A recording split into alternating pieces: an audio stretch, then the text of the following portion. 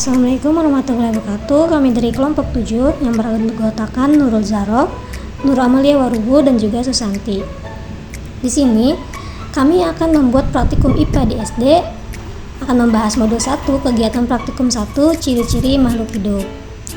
Nah, untuk kegiatan praktikum ini yang dibutuhkan yaitu adalah tabel pengamatan, alat tulis, serta alam sekitar.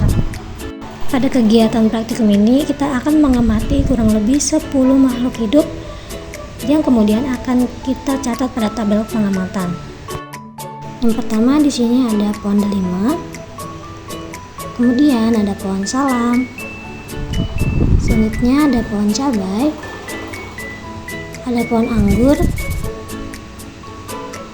dan ada pohon bunga kertas. Untuk hewannya di sini ada kucing, kemudian ada ayam, lalu ada ikan mas, domba,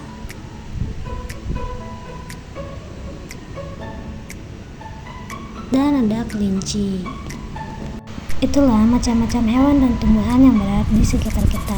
Kemudian dibuatlah tabel pengamatan seperti di atas dan kita isi dengan ciri-ciri hewan serta tumbuhan yang sudah kita amati. Selanjutnya ada penjelasan sedikit tentang ciri-ciri makhluk hidup. Yang pertama ada bergerak dan reaksi terhadap rangsangan. Semua makhluk hidup dapat bergerak. Pada manusia dan hewan memiliki tulang, otot, sendi yang semua itu berfungsi untuk mendukung mereka melakukan gerakan seperti berjalan hingga berlari. Hanya saja gerak yang dilakukan tumbuhan berbeda dengan cara manusia dan hewan.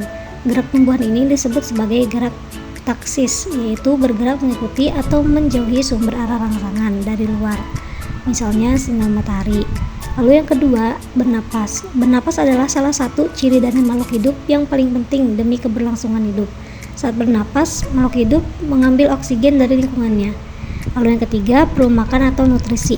Makanan dan minuman ini memberikan asupan nutrisi untuk menunjang aktivitas atau kegiatan sehari-hari dari makhluk hidup. Yang keempat, ada tumbuh dan berkembang.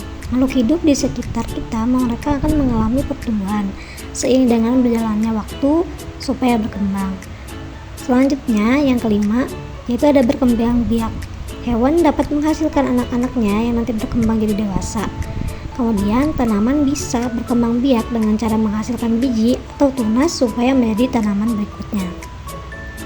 Kemudian kesimpulan dari praktikum ini yaitu hewan dan tumbuhan merupakan makhluk hidup yang memiliki ciri-ciri sebagai makhluk hidup. Ciri-ciri ini membantu membedakan makhluk hidup dari benda mati yang tidak memiliki kemampuan untuk melakukan metabolisme, tumbuh dan berkembang, serta bereproduksi dan beradaptasi.